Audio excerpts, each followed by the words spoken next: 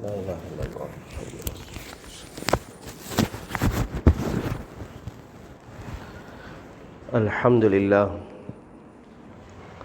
الحمد لله نحمده ونستعينه ونستغفره ونؤمن به ونتوكل عليه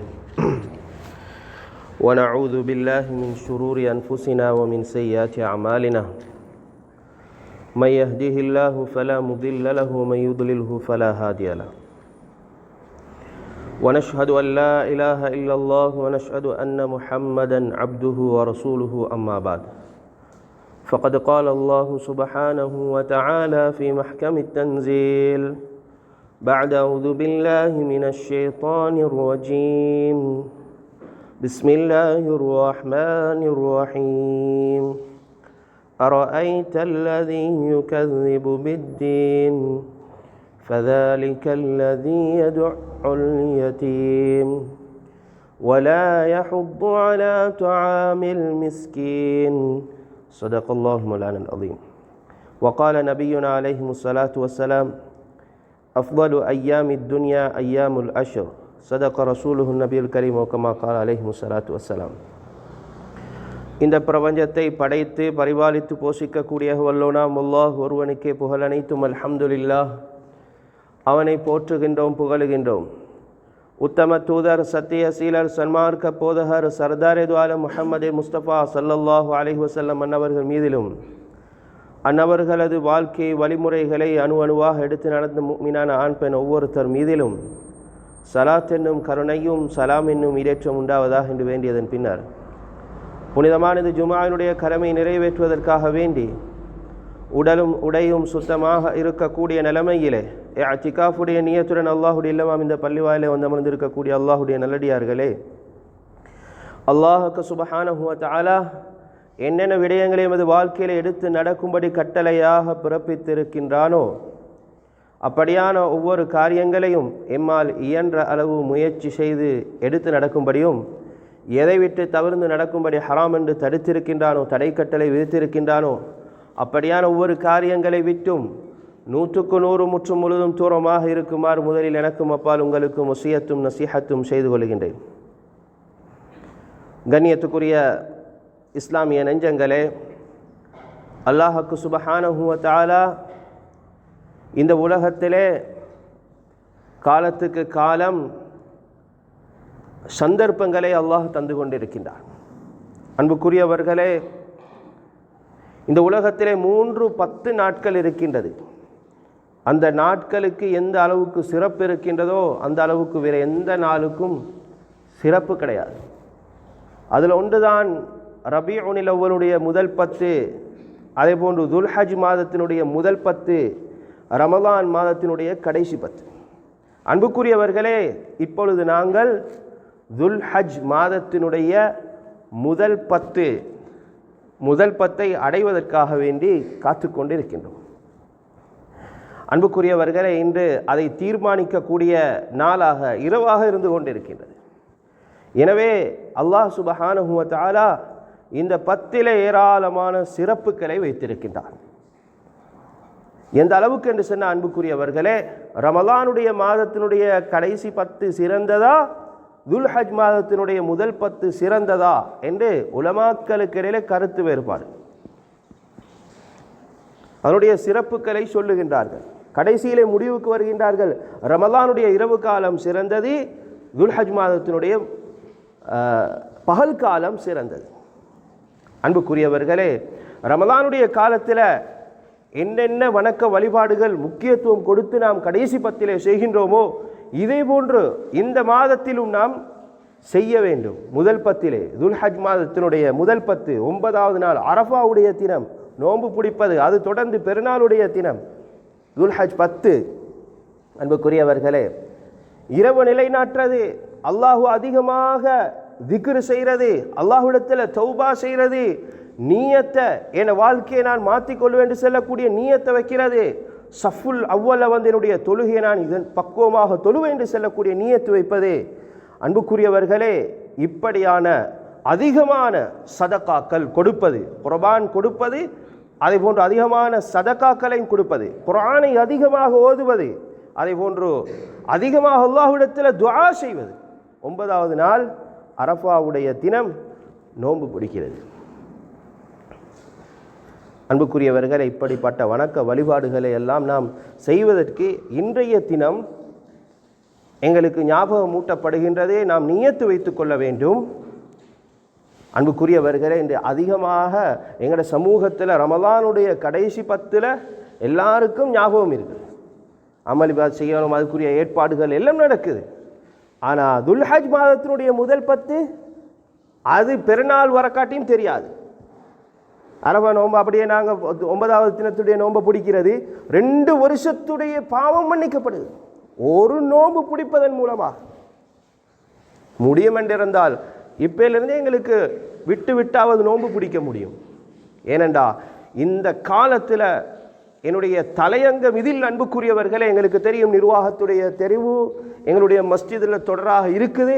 எனவே இந்த நேரத்தில் நான் கட்டாயம் ஞாபகப்படுத்தணும் என்பதற்காக எங்களுடைய கடந்த ஜும்மாக்களில் கூட அன்புக்குரியவர்களே தனி குர்பானுடைய தலையங்கங்கள், அதே போன்று துல்ஹஜ் முதல் 10 சிறப்பு, அதிலே அமல் செய்வதனுடைய சிறப்பு, அரஃபாவுடைய தினம், பெருநாளுடைய தினம் என்று ஏராளமான அமல் இபாதத்துக்கள், ஏராளமான சிறப்பான நாட்கள் எங்களை முன்னோக்கி கொண்டிருக்கின்றது. அந்த அடிப்படையில் அன்புக்குரியவர்களே, எங்களுடைய மஸ்ஜிதினுடைய நிர்வாக தெரிவும் முன்னோக்கி கொண்டிருக்கின்றது என்பதனால் இரண்டையும் சேர்த்து பேசுவது இந்த இடத்துல பொருத்தம் என்று நான் கருதுகின்றேன். அதை நீங்கள் விரும்புவீர்கள் என்று நினைக்கின்றேன். அன்புக்குரியவர்களே, அந்த அடிப்படையிலே அல்லாஹ் சுப்ஹானஹு வ தஆலா சூரத்துல் மாஊன், அந்த சூறாவிலே நான் ஓதி காட்டின சூரா அல்லாஹ் சொல்லி காட்டுகின்றான். அரஐதல்லதி யுகذிபு பித்தீன் ஃபதாலிகல்லதி யதுஉல் யதீம். அதாவது நியாய தீர்ப்பு நாள் இருக்குதே, கியாமத்துடைய நாளை பொய்ப்பிக்கக்கூடியவர்களை நீங்கள் பார்க்கலையா? ஸல்லல்லாஹு அலைஹி வஸல்லம் அவங்களை பார்த்து அல்லாஹ் சுப்ஹானஹு வ தஆலா அவர்கள்தான் அதான் உலகத்தினுடைய மௌத்துடைய ஆகிரத்துடைய மறுமையுடைய நம்பிக்கை யாருக்கு இல்லையோ அவங்க தான் என்ன செய்வார்? அரஐத்தல்லதி ஃபதாலிகல்லதி யதுஉல் யதீம். அவர்கள்தான் யதீம்கள் அனாதைகளை விரட்டக்கூடியவர்கள். அனாதைகளை கணக்கெடுக்காமல் இருக்கு. வலா யஹுத்து அலா தஆமில் மிஸ்கீன், மிஸ்கீன்களுக்கு உணவளிக்கவும் மாட்டார்கள், அவர்களை கவனிக்கவும் மாட்டார்கள், கவனிப்பதற்கு தூண்டவும் மாட்டார்கள். வலா யஹுத்து, தூண்டவும் மாட்டார்கள். வலா யஹுத்து அலா தஆமில் மிஸ்கீன் ஃபவைலுல் லில் முஸல்லின். அல்லாஹ் சுப்ஹானஹு வ தஆலா சொல்லுகின்றான், தொழுகையாளிகளுக்கு கேடுதான். வயல் தொழுகிறாரு. எப்படிப்பட்ட தொழுகை? அல்லதீனஹும் அன் ஸலாத்திஹிம் சாஹுன். வந்து தொழுகிறார் தான், ஆனால் தொழக்கூடிய தொழுகை அது தொழுகையினுடைய சிந்தனை இல்லை. சாஹூன், பராக்கிலிக்கிறாரு, பொடுபோக்கு. அல்லதீனஹும் யுராஊன், பிறரு காண்பிப்பதற்காக தொழுகின்றார். வயம்னஊனல் மாஊன், சின்ன சின்ன அற்பமான விஷயத்தை கூட அடுத்தவங்களுக்கு உதவி செய்கிறதுக்கு ரெடி இல்லை. மாஊன் என்று சொன்னால் இந்த உப்பு, பேனை, இப்படி சின்ன சின்ன பொருட்கள் தப்சீருடைய உலமாக்கள் எழுதுகிறாங்க. அது கொடுக்க கூட மனசு இல்லை. ஆனால் ஏன் இந்த சூறா ஓதி காட்டுன்றதை அன்புக்குரியவர்களே தொடர்ந்து குதுபா போகக்கூடிய நேரத்தில் உங்களுக்கு விளங்கும். அன்புக்குரியவர்களே, அதை கூட கொடுக்க மாட்டாங்க, மனசிக்காது. இன்றைக்கு எத்தனையோ குர்பான் கொடுக்கறதுக்கு வசதி வாய்ப்பு இருக்குது, எல்லாமே இருக்குது. ஹஜ்ஜி செய்கிறதுக்கு வசதி இருக்குது, குர்பான் கொடுக்க வசதி இருக்குது, உம்ரா செய்கிறதுக்கு வசதி இருக்குது, செய்ய மாட்டாங்க. ஷைத்தான் அவனோட உள்ளத்தில் போடுற இதை விட இது எவ்வளோ பெரிய விஷயங்கள் இருக்குது. அந்த நேரத்துக்கு அந்த காலத்துக்கு எவ்வளோ பெரிய சிறப்பு அல்லாஹ் சுப்ஹானஹு வ தஆலா வச்சிருக்கிறான். அந்த நாளுடைய மிக சிறந்த அமல் குர்பானுடைய, அதை செய்ய மாட்டார். சில நேரம் சில ஏழைகள் எங்களுக்கு மத்தியில் இருப்பார்கள், சில கஷ்டவாளிகள் இருப்பார்கள். அன்றைய தினத்தில் தான் ஏதாவது ஒரு மாமிசம் கிடைக்கும், குர்பானுடைய இறைச்சி கிடைக்கும் என்று எதிர்பார்த்து கொண்டிருப்பார்கள். நாங்கள் தியாகத்தோட இந்த அமலை நாங்கள் செய்வோம் என்றால், ஏழைகளை தேடி கொடுப்போம் என்றால், எவ்வளோ சந்தோஷம்! அல்லாஹ் சுப்ஹானஹு வ தஆலா எங்களைய சந்தோஷப்படுத்துவான் என்று சொல்றதுல எந்த சந்தேகமும் இல்லை. எனவே இந்த விஷயங்களை நான் கவனத்தில் கொள்வோம். இந்த 10 இருக்குதே மிக சிறப்பு. இந்த 10ல் இந்த நாட்களில் இந்த அமல்கள் எல்லாம் நாங்கள் செய்யணும். அதே போல் அரஃபாவுடைய நோன்பு, அது மாதிரி பெருநாளுடைய அமல், இது எல்லாத்துக்கும் நாங்கள் முன்னுக்கு வாரது ஆக பிரதானம், ஆக முக்கியமானது. அதே அடிப்படையில் அன்புக்குரியவர்களே, ஊர் என்று வரக்கூடிய நேரத்தில், மஸ்ஜித் என்று வரக்கூடிய நேரத்தில், வீடுகள் என்று வரக்கூடிய நேரத்தில் எங்களுக்கு பொறுப்புகள் இருக்குது. நாங்கள் ஒவ்வொருத்தரும் பொறுப்புதாளிகள் தான். எங்களோட பொறுப்பை பற்றி எங்கள் இடத்துல கேட்கப்படும். குல்லுக்கும் ராயின் வ குல்லுக்கும் மஸ்ஊலுன் அன் ரஅய்யதி. கணவனிடத்தில் வீடு, குடும்பம், புள்ளக்குட்டி, அவருடைய தொழில், இதை பற்றி அவர் எதிலெல்லாம் பொறுப்பாக இருக்கிறாரோ எல்லாம் கேட்கப்படும். மனைவியிடத்தில் வீட்டுடைய விஷயங்கள் அது பொறுப்பு, அதுக்கு மனைவி புள்ளக்குட்டி விஷயத்தில் வகை செல்லணும். இப்படியே ஒரு வேலைக்காரராக இருந்தாலும் கொடுத்த வேலைக்கு அவர் வகை செல்லும், பொறுப்பு செல்லணும். இப்படித்தான் அந்த ஹதீஸ் தொடருது. குல்லுக்கும் ராயின் வ குல்லுக்கும் மஸ்ஊலுன் அன் ரஅய்யதி. எனவே அன்புக்குரியவர்களே, பொறுப்புகளை சுமந்துட்டோம் வேண்டா, சில பொறுப்பு அது ஒட்டவா வந்துடும், சில பொறுப்பை நாங்களே எடுத்து போட்டுக்கொண்டோம் வேண்டா, அந்த பொறுப்புக்கு நாங்கள் வகை செல்லியாகும். நிர்வாக பொறுப்பு அன்புக்குரியவர்களே, நிர்வாகம்ன்றது நிர்வாகத்துக்கு வரலன்னு குத்தம் இல்லை. தகுதி இருக்கக்கூடியவர்கள் வர வேணும் தான். ஆனால் அந்த பொறுப்பு வந்து விட்டது என்று சொன்னால் எப்படி வீட்டுக்கு பொறுப்பாகிடுமோ, இது மாதிரி அல்லாஹுடைய வீடு, அல்லாஹுடைய மஸ்ஜித், அல்லாஹுடைய மாளிகை பைத்துல்லாஹ், இதில் பொறுப்பெடுத்துட்டோம் வேண்டா, முழு ஊருக்கும் நாங்கள் பொறுப்பெடுத்துட்டோம். அதை நாங்கள் மறந்துடக்கூடாது. முழு ஊருக்கும் நாங்கள் என்ன செஞ்சிட்டோம்? பொறுப்பெடுத்துட்டோம். இப்போ இந்த பொறுப்புடைய விஷயத்தில் நான் எப்படி நடந்து கொள்ளணும், இந்த பொறுப்பு பற்றி கியாமத்துடைய நாளில் என் குடும்பத்தை பொறுப்பை பற்றி கேட்கப்படுறத மாதிரி என் வாழ்க்கையை பற்றி, என் தனிப்பட்ட வாழ்க்கையை பற்றி கேட்கப்படுவது போன்று மஸ்ஜிதுடைய விஷயம், நிர்வாகத்துடைய விஷயம், முழு ஊர் மக்களுடைய விஷயத்தில் வகசல். எனவே அன்புக்குரியவர்களே, இது பதவி இல்லை, பொறுப்பு இது பதவி அல்ல, இது அமானிதம். இது அமானிதம். எங்கட தொழில், எங்கட குடும்பம் எங்களுக்கு அமானி, எங்கட புள்ளக்குட்டி அமானிதம். இது மாதிரி மஸ்ஜிதுக்கு நாங்கள் பொறுப்பெடுத்துட்டோம் என்றா, பொறுப்பெடுக்கத்தான் வேணும் தகுதியானவர்கள். தகுதி இல்லாதவர்கள் பொறுப்பெடுக்க செல்லக்கூடாது. அவரவர் யோசிக்க வேண்டும், நான் இந்த பொறுப்புக்கு தகுதியா இல்லையா. நான் தகுதி இல்லை என்று சொன்னால் ஓடிவிட வேண்டும். எனக்கு தகுதி இருக்கின்றது என்று சொன்னால் உண்மையிலே தகுதியானவர்கள் ஓடுவார்கள், இந்த பொறுப்பை சுமக்க பயப்படுவார்கள். பொறுப்பு இது பொறுப்பாக செய்ய வேண்டும், அமானிதத்தை நான் நிறைவேற்ற வேண்டும். அல்லாஹ் சுப்ஹானஹு வ தஆலா தெளிவான முறையில் சொல்லி காட்டுறான். குர்ஆனுடைய ஆயத்தில் சொல்கிறான், மஸ்ஜிதுக்கு நிர்வகிக்கக்கூடியவர்களுடைய பொறுப்பு அவர் என்ன குவாலிஃபிகேஷனில் இருக்கணும். அன்புக்குரியவர்கள், எங்களோட கடைக்கு ஒருத்தர் எடுக்கிறோம், எங்களோட ஆஃபீஸுக்கு எடுக்கிறோம், எங்களோட வாகனத்தை டிரைவ் பண்ணுறதுக்கு ஒருத்தர் எடுக்கிறோம் என்றா பார்ப்போம், சும்மா கொடுக்க மாட்டோம் எங்களோட பொறுமதியான வாகனத்தை.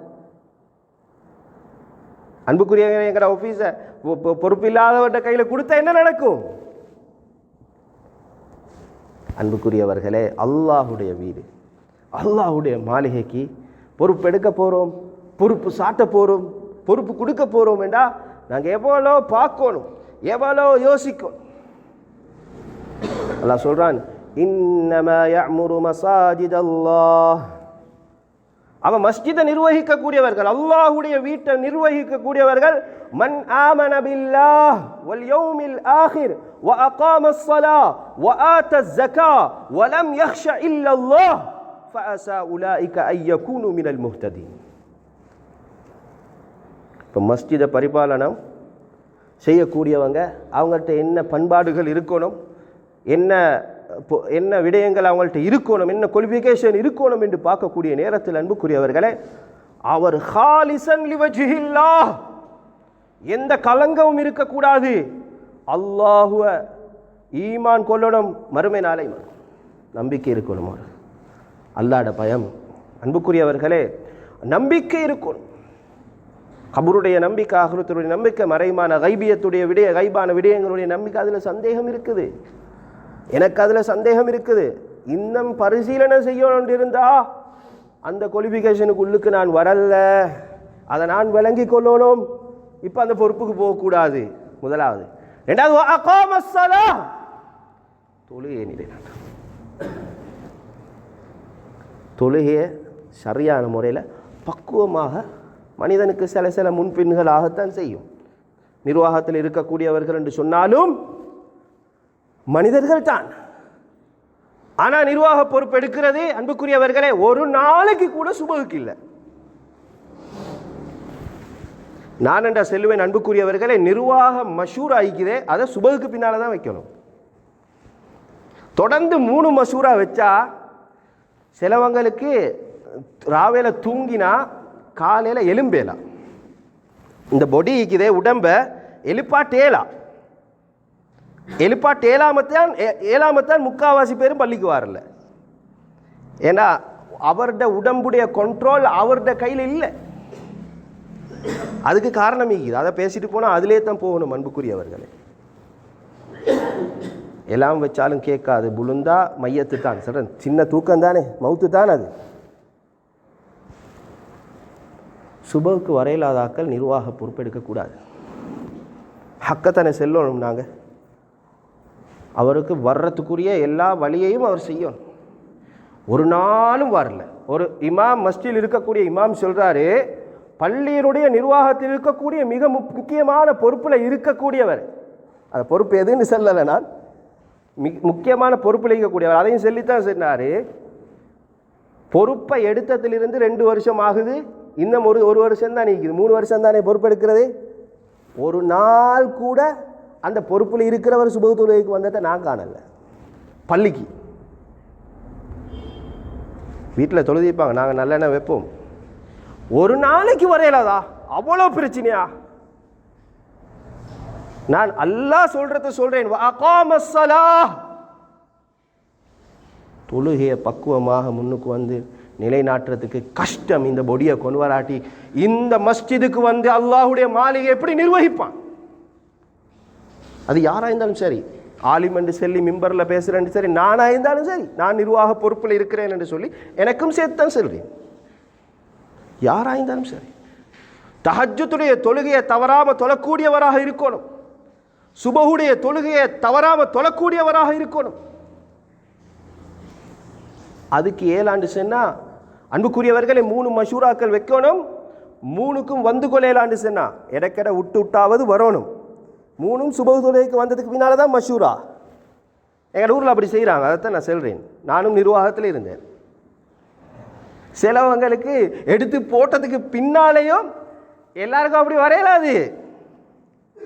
வரையலாது. அப்போ விளங்கும். யாருக்கும் விளங்கப்படுத்துறதுக்கு இல்லை நான் சொல்கிறது. அப்போ தான் அன்புக்குரியவர்களே வாழ்க்கையில் சரியான பிரதிபலிப்பு உண்டாகும். என்னையால் சமூகத்துக்கு பெரிய மாற்றம் உண்டாகும். எனக்கு எந்த வாழ்க்கையில் என்னைய சுபகுக்கு எழுப்பாட்டிக்கொள்ள கஷ்டம், எந்த புள்ளக்குட்டி எழுப்பாட்ட கஷ்டம். ஸ்கூலுக்கு அது மிஸ் ஆகாது. தொழிலுக்கு நேரம் ஷாப்பாக வைத்துருவாரா, மிஸ் ஆகாது. 7 மணிக்கு எல்லாம் எழும்பித்தான். ஆனால் சுபகுக்கு இல்லை. யாரும் கோச்சிக்கொள்ளக்கூடாது. எனக்கு இந்த ஊரை பற்றி தெரியாது, ஊரை குறிப்பிட்டு செல்றதல்ல, சிலாக்களுக்கு விரல் நீட்டி செல்றதல்ல. அன்புக்குரியவர்களே, ஹக்க சொல்கிறோம். அப்போ நான் தகுதியா இல்லையான்னு பார்க்கணும். அடுத்தது ஓட் போடுறவரும் பார்க்கணும், இவர் வாரவரா இல்லையா. தகுதி இல்லாதவருக்கு தன்னுடைய ஓட்டை கொடுக்கிறாரு, வாக்க கொடுக்கிறாரு. இவரேண்ட வாப்பா, இவரேண்ட சகோதரன், இவரேண்ட ஹாஜியார், இவரேண்ட அந்த பொலிட்டிக்கில் இருக்கிறாரு, இவர் அந்த பதவியில் இருக்கிறாரு. ஏண்ட பணத்துக்காக வேண்டி, ஏண்ட பொலிட்டிக்குக்காக வேண்டி பள்ளியை நாசமாக்கினா ஏண்ட வாழ்க்கையால் நாசமாக்கிடுவான். அந்த பயம் வந்துட்டு ஒதுங்கிடணும்.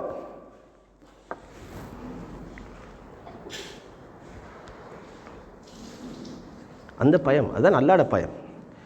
உண்மையில் எல்லாரும் செய்யத்தான் வேணும். ஊர் முன்னுக்கு வந்து செய்யத்தான் வேணும். யாரும் செய்யாட்டி யார் எடுத்து செய்கிறது? அப்படி கேள்வி அடுத்த பக்கம் ஈக்கத்தான் செய்யுது. ஆனால் எங்களுக்குரிய குவாலிஃபிகேஷனை அதை நாங்கள் உருவாக்கி கொள்வது கட்டாயம். குவாலிஃபிகேஷன் இல்லாட்டி அதை பேய்த்து அந்த வேலையை செஞ்சால் என்ன செய்வார்? அறக்குறையாக தான் செய்வார். எனவே அன்புக்குரியவர்களே, மன்னிச்சு கொள்ளணும். அந்த நிலைமையில் நாங்கள் இருந்தால் எங்களை நாங்கள் அந்த பக்குவத்துக்கு உண்டாக்குறதுக்கு சுபஹுடைய தொழுகைக்கு என்ன பொடியை கொண்டு வர்றதுக்கு என்ன முயற்சியை செய்யணுமோ செய்யலும் இன்ஷா அல்லாஹ் செய்யணும். அதே போல ஏனைய தொழுகையிலும் தான் அவர் எங்கே போனாலும் சரி எங்கே இருந்தாலும் தொழுகையை என்ன செய்யணும், நேரத்துக்கு தொழக்கூடியவராக இருக்கணும். ஜக்காத்தும் அப்படி தான். இன்றைக்கு எத்தனையோ பேர் ஜக்காத்துடைய காலம், அவங்களுக்கு எப்போ ஜக்காத்துடைய காலம் வாரண்டே தெரியும்.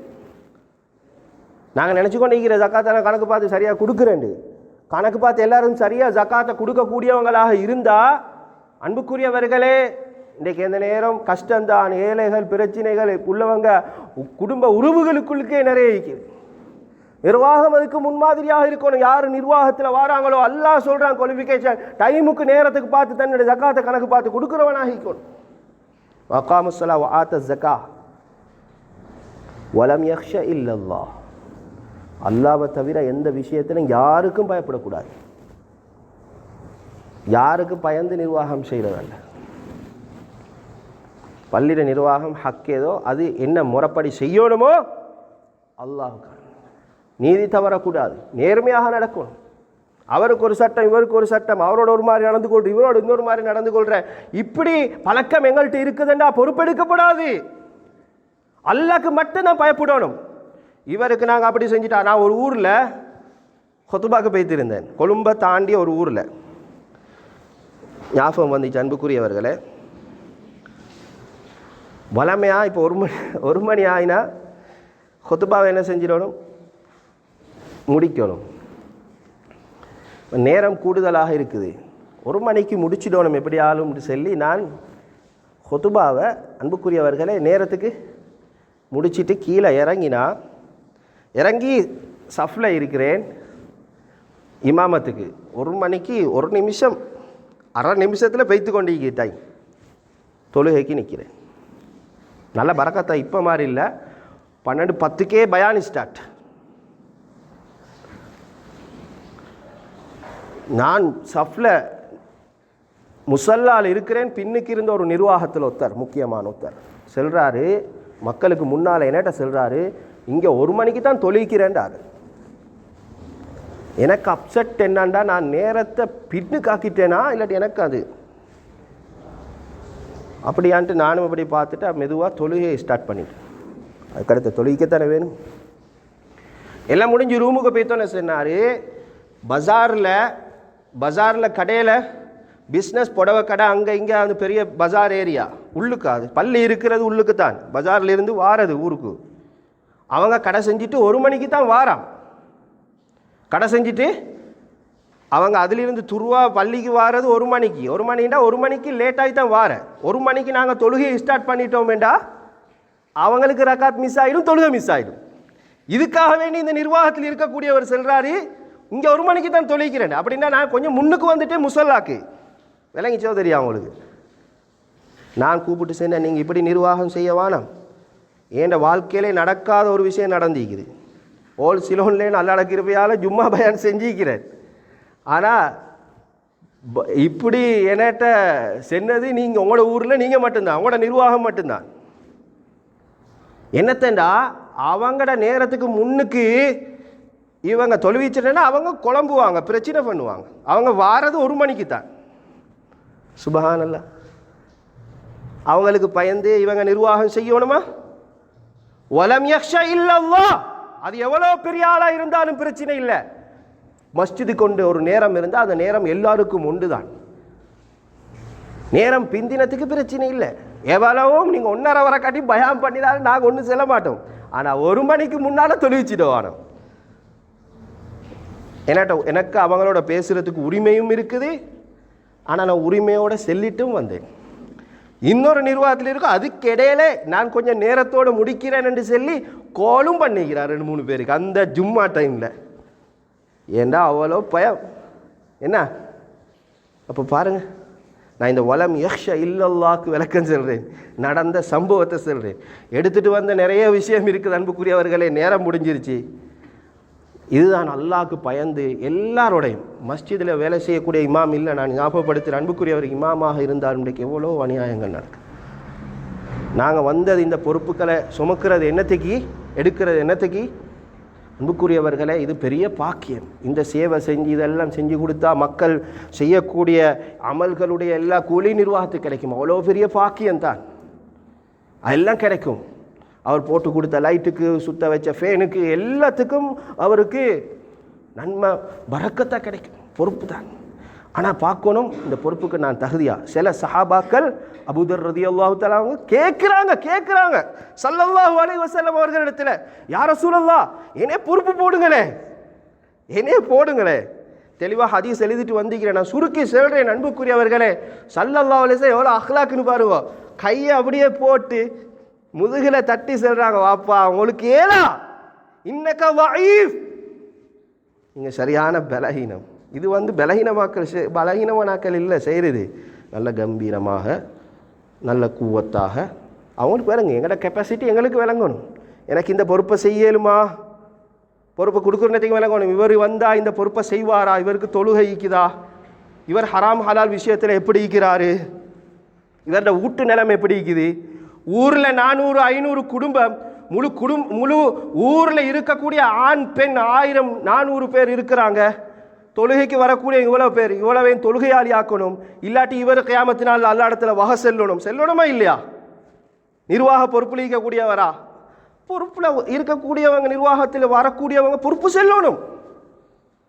அதுக்குன்னு சொல்லி நாங்கள் எல்லாரும் ஒதுங்கி போகிறது இல்லை. யூசுப் அலைஹிஸ்ஸலாம் அவங்களுக்கு அப்படி அந்த எக்கனாமிக்கில் அவ்வளோ பெரிய டேலண்ட்.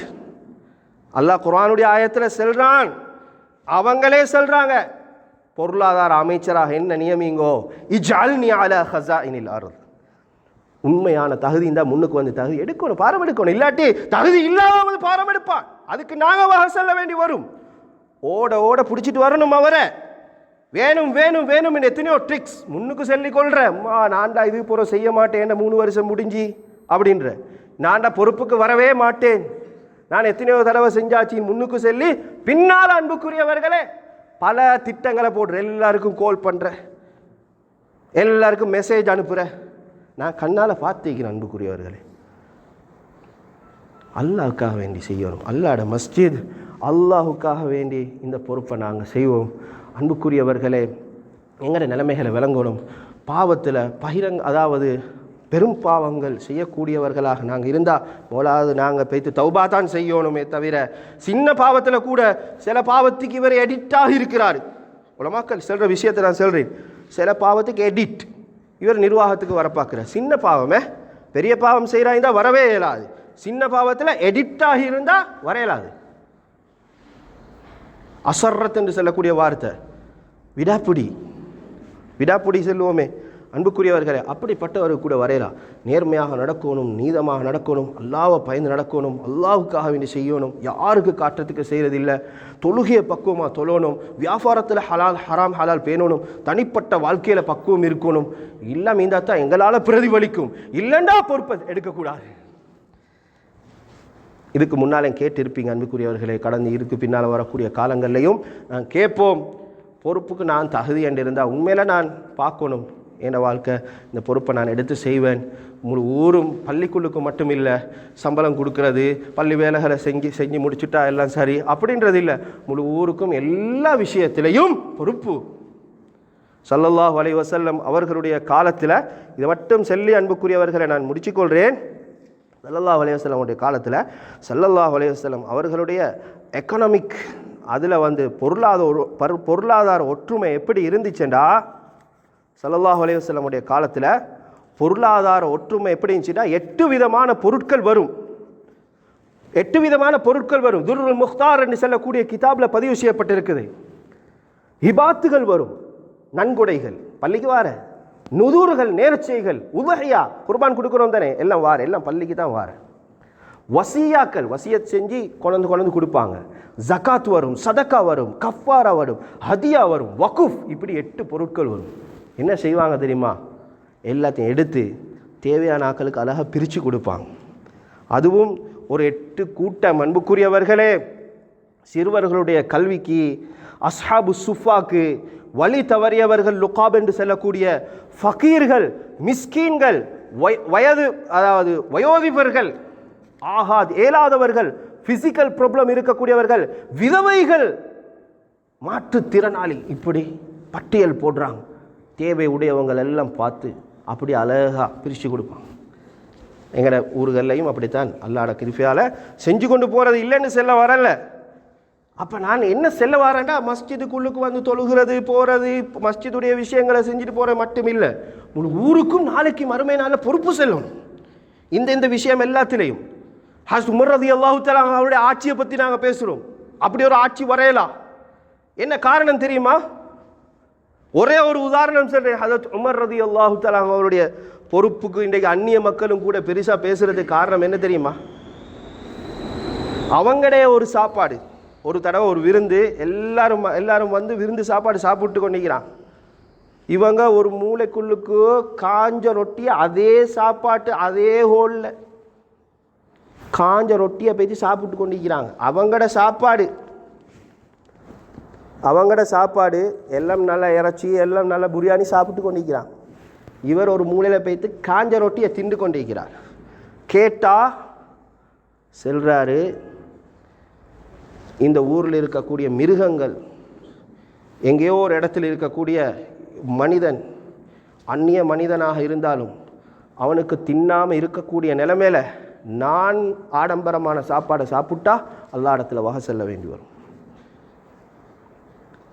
ஒரு இறைச்சி துண்டு தின்னல்ல பொறுப்புல எங்கட வாழ்க்கை எப்படி இருக்குது அன்புக்குரியவர்களே, எங்கட கவலை எப்படி இருக்குது?